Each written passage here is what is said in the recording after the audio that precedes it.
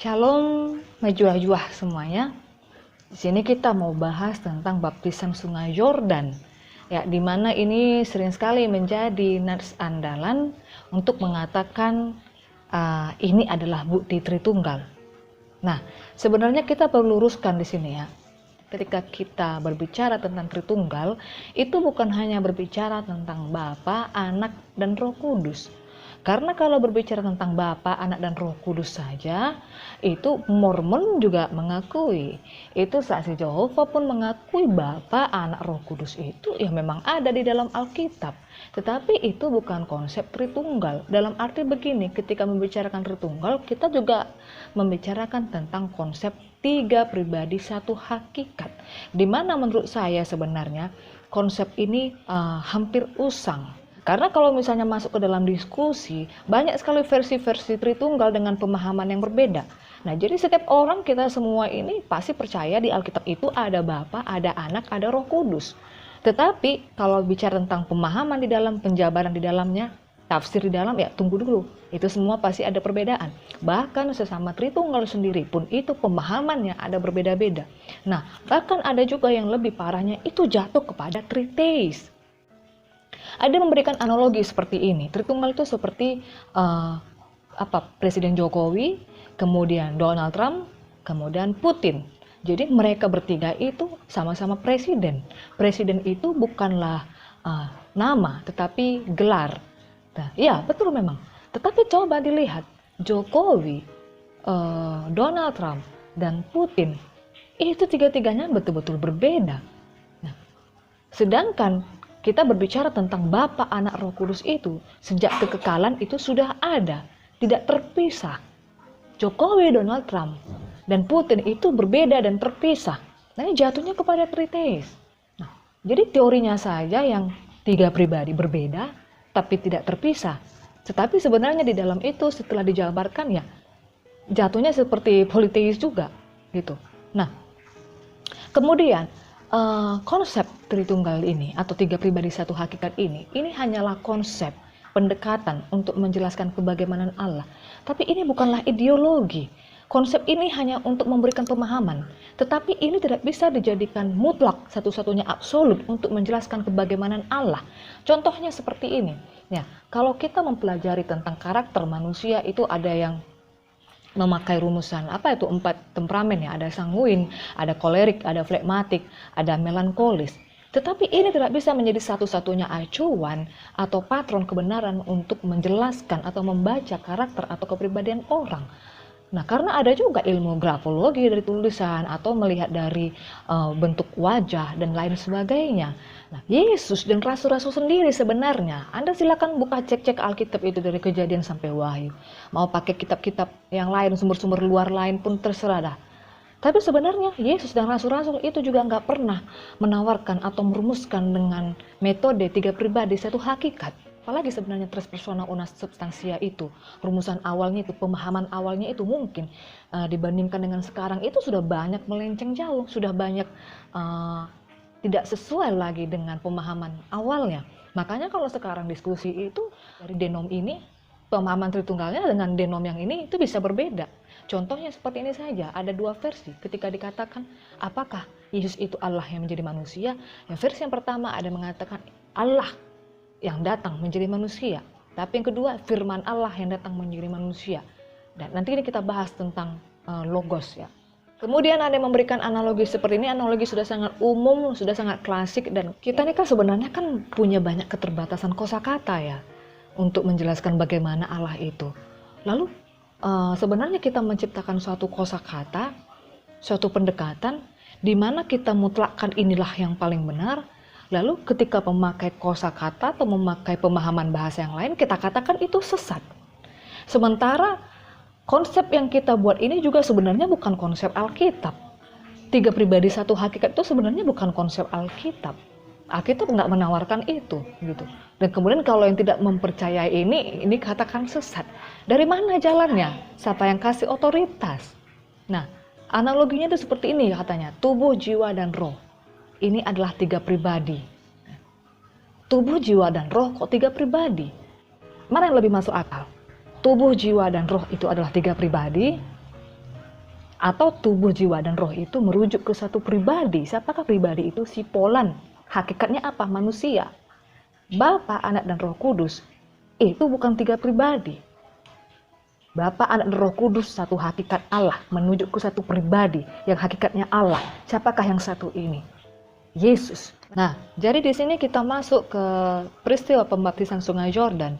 Sebenarnya apa rahasia di balik peristiwa ini? Nah, jadi ada statement seperti ini statement klasik ya. Ada suara dari langit, ada suara Bapa, dan kemudian di situ ada Yesus, dan kemudian ada Roh Kudus. Maka mereka itu bertiga itu pasti berbeda, gitu.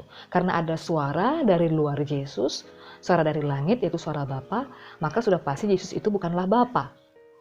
Nah, oke, sekarang saya mencoba untuk masuk ke alur pikir seperti ini dan kita mencoba untuk berlogika, ya. Karena di sini concernnya perkaranya adalah karena hanya ada suara dari luar diri Yesus. Nah, seandainya pada saat ini Anda mendengar saya berbicara melalui tape, dan kemudian saya berdiri di sebelahnya, dan saya diam, gitu. Nah, bagaimana Anda bisa membuktikan bahwa suara yang dari tape ini bukanlah suara saya? Bagaimana Anda bisa membuktikan bahwa pemilik suara ini atau oknum di balik suara ini bukanlah saya? Untuk mengatakan atau untuk sampai pada kesimpulan bahwa suara ini bukanlah saya pemiliknya, maka Anda harus punya dasar-dasar, Anda harus punya pengujian tertentu, harus ada kriterianya. Contohnya seperti ini, misalnya Anda mendengar saya berbicara itu logatnya misalnya agak Batak dan kemudian ada penekanan-penekanan tertentu, ya. Misalnya di bagian akhirnya ada penekanan yang lebih jelas atau intonasinya agak cepat. Kemudian Anda mendengar suara ini misalnya itu accent-accentnya agak British dan kemudian agak lambat, ya, dan mungkin agak sedikit suaranya sedikit nyaring. Nah, dengan pengujian seperti itu ada kriterianya, Anda bisa sampai pada kesimpulan bahwa pemilik suara ini bukanlah saya. Tapi bagaimana Anda bisa membuktikan bahwa pemilik suara dari langit ini bukanlah suara Yesus sendiri? Atau bukanlah Yesus itu bukanlah Bapa? Bagaimana Anda bisa membuktikannya? Nah, jadi pertanyaan, apakah kita adalah orang-orang yang hidup di abad 1, di mana kita langsung mendengar suara Yesus, kita bisa mendengar vokalnya, kita bisa mendengar caranya dia berbicara. Apakah Anda pernah mendengar suara Bapa langsung? Apakah Anda pernah mendengarkan suara Yesus langsung? Dan apakah Anda adalah saksi dari peristiwa Sungai Yordan? Nah, kita bukan berbicara misalnya ada mendengar suara Roh Kudus atau ada mendengar suara Tuhan, misalnya melalui doa dalam hati atau dari penglihatan dan segala macam, ya. Tapi ini langsung berbicara tentang suara yang didengar langsung. Nah, kita sama-sama bukan saksi. Anda tidak pernah mendengar suara Yesus langsung, Anda tidak pernah mendengar suara Bapa langsung. Yang jadi saksi itu adalah nabi-nabi dulu. Sebagai clue, coba kita lihat di Kisah Rasul 22 ketika Paulus itu menceritakan bagaimana perjalanan dia ketika ke Damsyik. Di tengah perjalanan Paulus itu rebah jatuh mendengarkan suara dari langit, dan kemudian suara itu berbicara, "Saulus, Saulus, mengapa engkau menganiaya aku?" Dan kemudian Saulus nanya, "Engkau siapa?" Dan kemudian suara dari langit itu bilang, "Akulah Yesus." Suara dari langit berbicara, "Akulah Yesus." Silakan ditarik benang merahnya. Jadi di balik langit sana, di surga sana ada berapa oknum? 2 atau 1? Jika memang dengan teori berbeda walaupun tidak terpisah, mengapa harus ada 2? Mengapa ada Bapa dan ada Yesus? Jika memang tidak terpisah, mengapa tidak sama? Mengapa tidak 1? Jadi konsekuensi logisnya, kalau ada 2 di sana, berarti ini sebenarnya termasuk politeis juga, karena terpisah. Ya logisnya begitu saja, kalau seandainya tidak terpisah, mengapa ada 2 oknum? Karena ada 2 oknum lah, makanya terpisah. Jika terpisah, berarti ada 2 sesembahan di sana. Kedua, kemudian kita berbicara tentang Roh Kudus dalam bentuk burung merpati. Kita tahu pasti burung merpati bukan Allah kita toh, ya kan? Itu hanyalah simbolik.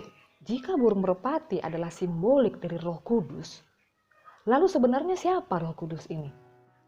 Jika Roh Kudus bukan hanya sekedar tenaga aktif Allah dan merupakan satu pribadi, jika Alkitab mengkonfirmasi bahwa Roh Kudus ini bisa didukakan, Roh Kudus punya perasaan, lalu siapakah sebenarnya Roh Kudus ini?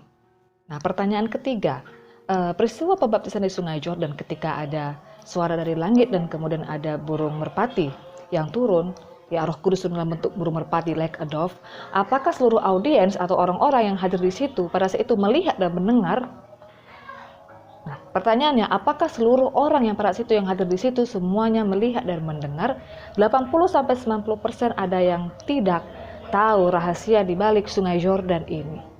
Sebenarnya itu apa? Coba kita perhatikan ayat-ayat berikut ini. Matius 3 ayat 16. Sesudah dibaptis, Yesus segera keluar dari air dan pada waktu itu juga langit terbuka dan ia melihat Roh Allah seperti burung merpati turun ke atasnya.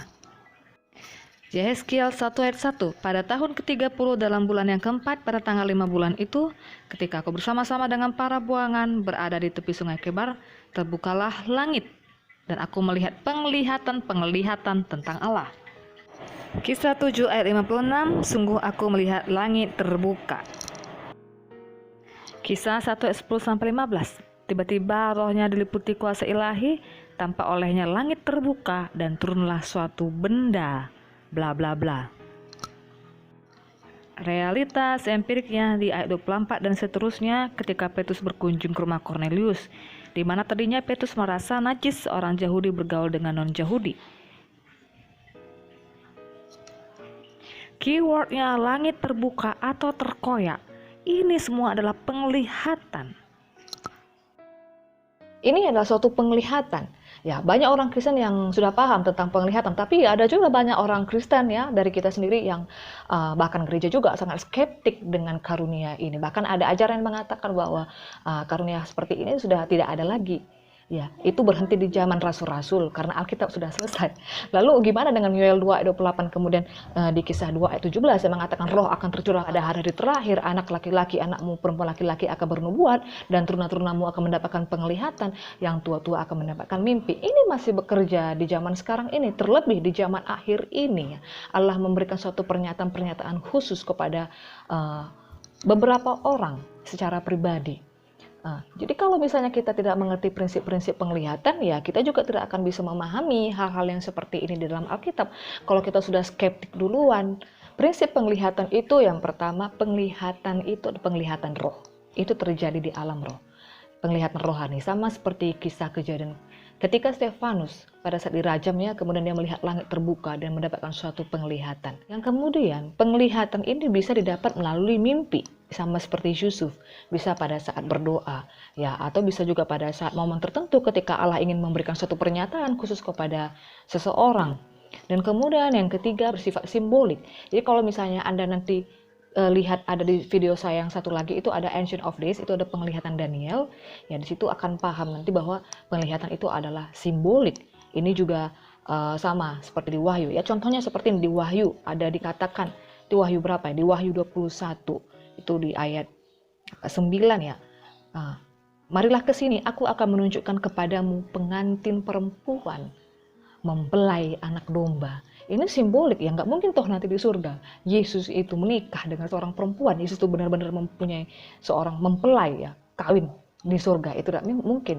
Ini adalah simbolik. Nah, sama seperti kejadian Petrus tadi ketika diberikan suatu penglihatan simbolik, ada kain turun ya, kemudian di dalamnya ada makanan binatang yang haram.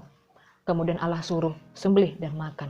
Ya, kejadian nanti realnya itu pada saat si Petrus mengunjungi rumah Kornelius. Nah, lain seperti ini, saya sedikit cerita ya. Saya punya seorang ibu ya yang punya karunia penglihatan juga. Jadi pada suatu kali mereka dan tim itu pergi ya wisata ke salah satu daerah, ke salah satu kota, daerah wisata. Dan kemudian dia mendapatkan penglihatan di mana tempat wisata itu banyak sekali mistisnya gitu. Nah, jadi suatu kali dia mendapatkan satu penglihatan, dia melihat ada seekor naga yang besar.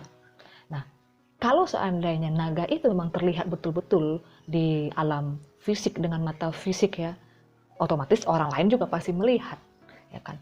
Tapi orang lain tidak melihat, karena dia melihat itu di alam roh. Itu adalah penglihatan rohani.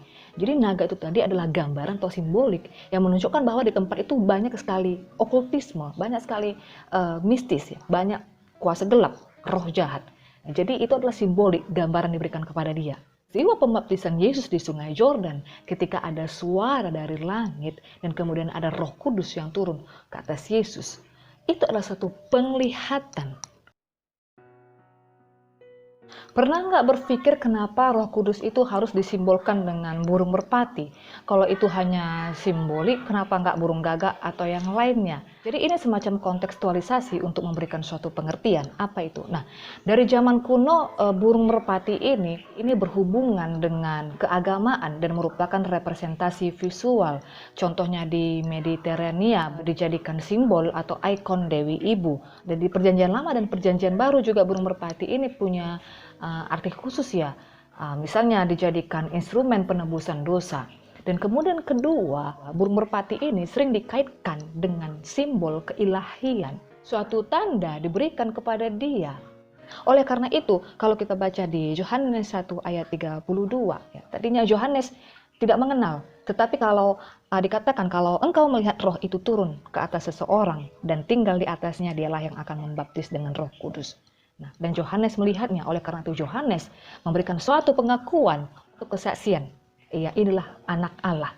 Karena burung merpati itu tadi dari zaman kuno itu sering dijadikan simbol keagamaan dan representasi visual dan merupakan ada keterkaitan atau ada hubungannya dengan simbol keilahian.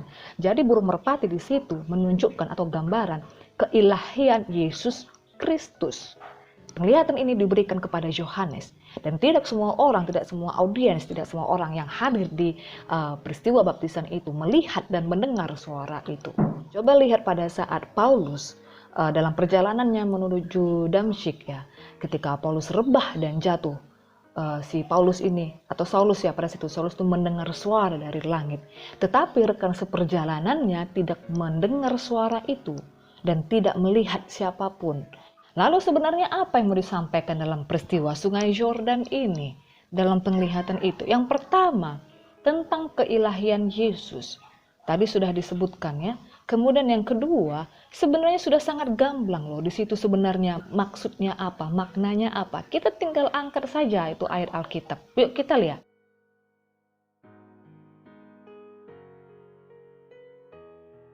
Jelas kita langsung angkat. Di sini poin pentingnya dari peristiwa pembaptisan Yesus adalah untuk menggenapi seluruh kehendak Allah.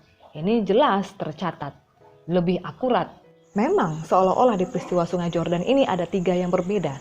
Ada Bapa, ada Yesus, ada Roh Kudus. Tetapi ingat, inilah penglihatan. Faktanya pada dasarnya Allah metafisik itu adalah Allah yang omnipresent, yang maha hadir. Allah itu sebenarnya tidak terikat oleh ruang dan waktu karena Allah adalah pencipta zaman, Allah pencipta ruang, Allah pencipta waktu. Dia melampaui itu semuanya. Nah, Allah bisa saja berbicara atau bertemu dengan A, bertemu dengan B, C di kota yang berbeda, tetapi di jam, di waktu, di detik yang sama. Why not? Anda bisa mempercayai peristiwa supranatural transfigurasi Yesus. Kemudian Anda bisa mempercayai bahwa Yesus itu melampaui hukum gravitasi ketika berjalan di atas air. Kemudian Yesus bisa melampaui hukum hitung-hitungan matematika, 5 roti 2 ikan bisa dibagikan kepada 5.000. Lalu kenapa Anda tidak bisa mempercayai bahwa Allah yang omnipresent ini bisa muncul dalam waktu yang bersamaan, tetapi dia tetaplah dia. Dia tidaklah berbeda, dia tidaklah terpisah. Nah, sama juga seperti di Wahyu, seolah-olah itu ada 2 tahta di sana ya, tapi itu penglihatan. Tetapi di Wahyu 4 dikatakan di tahta itu hanya duduk seorang. Bisa juga dilihat ini di sini video saya ada di sini Ancient of Days, penglihatan Daniel. Itu juga simbolik ya, seolah-olah ada yang lanjut usia dan juga ada anak manusia. Di situ sudah saya jelaskan bahwa yang lanjut usia itu adalah Yesus sendiri dan anak manusia juga adalah Yesus sendiri. Itu adalah simbolik. Penjelasannya itu silakan bisa lihat di video itu nanti. Nah, ada yang bilang bingung. Jadi ada 2 Yesus. Iya, ada 2 Yesus di sana. Karena itu penglihatan. Itu hanya simbolik. Jadi dalam penglihatan seandainya pun Yesus ada 10, dia tetap 1 Yesus. Karena itu adalah penglihatan, itu adalah simbolik. Dia seolah-olah ada Yesus yang sudah tua, ada Yesus yang masih muda. Padahal sebenarnya faktanya hanya ada 1 Yesus. Begitu juga di dalam penglihatan Sungai Yordan ini.